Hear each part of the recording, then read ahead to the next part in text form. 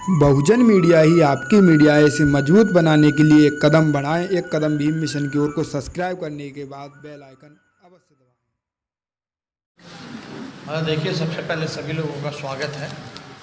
हमारे साथ प्रदेश अध्यक्ष जगदा बाबू जी, आदरणीय श्याम रजक जी, मनोज झा जी, लवली आनंद जी, मृत्युंजय तिवारी जी, सुनील जी, कारी शोहेब जी यहाँ आज उपस्थित हैं।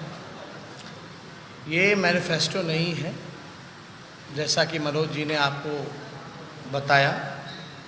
ये हम लोगों का प्रण है, प्रण हमारा संकल्प बदलाव का, जो कि सच होने वाला है।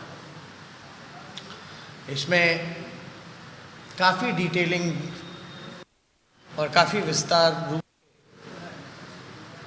हर एक क्षेत्र को लेकर के हर एक चीज़ों का ध्यान रखने का काम किया है, जिससे हम वाकई में बिहार को खुशहाल, बेहतर, समृद्ध बना सकते हैं। और हमने मुद्दों की बात की है, और पहले भी हमने कहा था, जैसे कि सभी विषयों में रोजगार, कृषि, उद्योग, शिक्षा, रोजगार, महिला सशक्तिकरण और परिवार कल्याण, स्मार्ट गांव, खासतौर पे यहाँ स्मार्ट गांव का जिक्र किया गया है।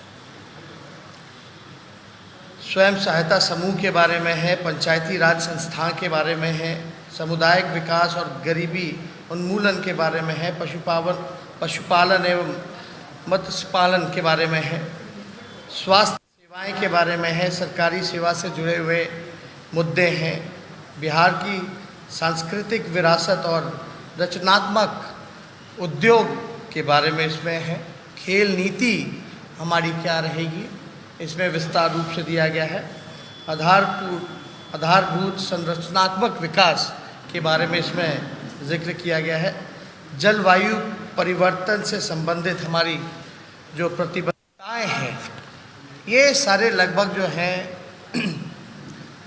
हर एक चीज़ों का हमारा संकल्प बदलाव का विस्तार रूप से हर एक चीज़ दिया गया है। इसमें आदरणीय राष्ट्राध्यक्ष लालू प्रसाद जी का, पूर्व मुख्यमंत्री आदरणीय राबड़ी देवी जी का संदेश भी इसमें बिहार के लोगों को दिया गया है।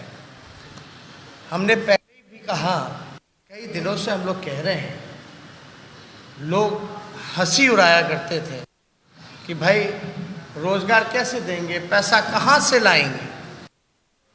हमने कहा रोजगार और नौकरी में अंतर है। रोजगार तो कचड़े साफ करने वाला भी रोजगार हुआ, पकौड़ा तलो वो भी रोजगार हुआ, नाले साफ करो वो भी रोजगार हुआ। लेकिन हम यहाँ 10 लाख सरकारी नौकरियों के बारे में जिक्र कर रहे हैं, और पहले कलम से पहले मंत्रिमंडल के बैठक में ये सच होने वाला है कि देश के इतिहास में पहली बार इकट्ठे 10 लाख नौजवानों को सरकारी नौकरियां दी जाएंगी। 4.5 लाख नौकरियां रिक्त हैं स्वास्थ्य सेवाएं में, शिक्षा विभाग में, पुलिस महकमे में। 60% जूनियर इंजीनियर का पद जो है वो, यानी doctor, nurse, compounder, lab technicians, engineers, professor, teacher, आपके पुलिस बल की जो क्षमता है, जो होनी चाहिए, जो कि अभी नहीं है। हमने उदाहरण भी दिया था मणिपुर जैसे छोटे राज्य का कि भाई 1 लाख आबादी पे वहाँ 1000 से ज़्यादा पुलिसकर्मी हैं, लेकिन बिहार में 1 लाख आबादी पर 77 पुलिसकर्मी हैं। तो इन सारे विभागों को अगर हम मिलाएं तो लगभग 4.5 लाख नौकरियां जो हैं कभी भी सरकार दे सकती है। और ये बजट में ऑलरेडी प्लान बजट में इन सारी चीज़ों का व्यवस्था है। पगार की बात होती है, सैलरी की बात होती है, क्योंकि ये पदे रिक्त हैं। बात आती है 5.5 लाख नौकरियों की, तो वो राष्ट्र औसत के मुकाबले हमको आना है। हमको बिहार बेहतर बनाना है। जहाँ फंसा हुआ है हमको वहाँ से निकालना है। तो निकालना है तो कम से कम जो नेशनल एवरेज है उसको हमको कम्पीट करना पड़ेगा, उसके के मुकाबले हमको आना पड़ेगा। तो 4.5 और 5.5 लाख नौकरियां मिला के टोटल 10 लाख हो जाए। वादा करना हो भाजपा और डबल इंजन सरकार का जैसे करते रहे, तो हम लोग भी बोलते भाई 50 लाख नौकरियां देंगे। हम लोग भी शुरू से बोलते कि 1 करोड़ नौकरियां देंगे, लेकिन 10 लाख ही क्यों? क्योंकि जो रिक्वायरमेंट है, चाहे पदे खाली हो या राष्ट्र औसत के मुकाबले आने के लिए। अब भाजपा वाले बताएं कि भाई उनका मुख्यमंत्री का चेहरा कौन है? नीतीश कुमार है। नीतीश कुमार को 10 लाख में हाथ खड़े कर दिए थे कि कहाँ से देगा, पैसे कहाँ, तो बीजेपी कहाँ से देगी? कौन करेगा? नेतृत्व तो नीतीश कुमार कर रहे, उन्होंने तो पहले ही हाथ खड़ा कर दिया। तो ये बेवकूफ़ किसको बना रहे हैं? बोलते हैं पैसा नहीं है। बिहार का बजट लगभग 2,13,000 करोड़ का है, जिसमें खर्च केवल 60% होता है, 40% खर्च नहीं हो पाता। जो खर्च नहीं हो पाता 40% अगर कुल बजट का अगर निकाला जाए तो 80,000 करोड़ होता है। और डिप्टी सीएम सुशील मोदी कुछ और बयान ही कह रहे थे। अब कहाँ है? जल्दी स्वस्थ हो जाए, हम लोगों की शुभकामनाएं। लेकिन यही सुशील मोदी जी ने 2 बयान दिए थे, आपको याद होगा, 3 बयान, कि संसाधनों की कमी है जब मजदूरों को लाने की बात की जा रही थी। एक बार अपराधियों के सामने हाथ जोड़ लिया था पितृपक्ष के महीने में। चौथा, हाफ पैंट में ये भागे थे जब पटना में जल जमाव था। और चौथा, जो बेइज्जती इन्होंने करने का काम किया, जो रोजी रोटी कमाने जो मजदूर पलायन करके जाते हैं, बोलते शौक के लिए जाते हैं, मज़े के लिए बाहर जाते हैं, इसलिए पलायन करते हैं। तो ये है बीजेपी का चेहरा बिहार में, ये है। और चिट्ठी निकाला जाता है कि मजदूर भाई अगर आएंगे तो अपराध बढ़ जाएगा। अब क्यों खामोश है भैया सरकार? क्या हुआ? कुछ ऐसी अनहोनी तो नहीं होगी जो 40 लाख से भी ज़्यादा मजदूर आए?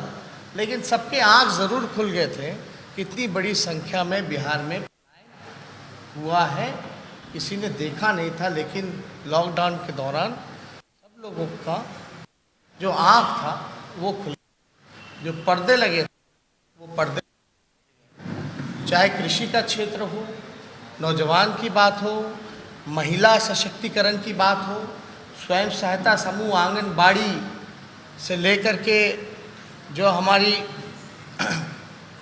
विकास मित्र हैं, जो आपके जीविका हैं, ये जितनी स्वयं सहायता समूह हैं, सबके मानदेय को लगभग दुगुने से ज़्यादा हम लोग बढ़ाने का काम करेंगे, नियमित करने का काम करेंगे। और एक बात और, नियोजित शिक्षकों को लेकर जो था समान काम समान वेतन, उसको भी लेकर के हम लोग जो है समान काम समान वेतन हम लोग करेंगे। जो 10 लाख रोजगार की बात, नौकरियों की, सरकारी नौकरियों की बात कर रहे हैं, ये कोई प्राइवेट का अलग से नहीं है। जब कारखाने लगेंगे, हमारी उद्योग नीति क्या है इसमें विस्तार रूप से है, कृषि का हमारा क्या प्लान रहेगा इसमें विस्तार रूप से, ज़्यादा समय नहीं लेंगे, आप लोगों को डिस्ट्रीब्यूट हो जाएगा, आप सब लोग देख सकते हैं, पढ़ सकते हैं।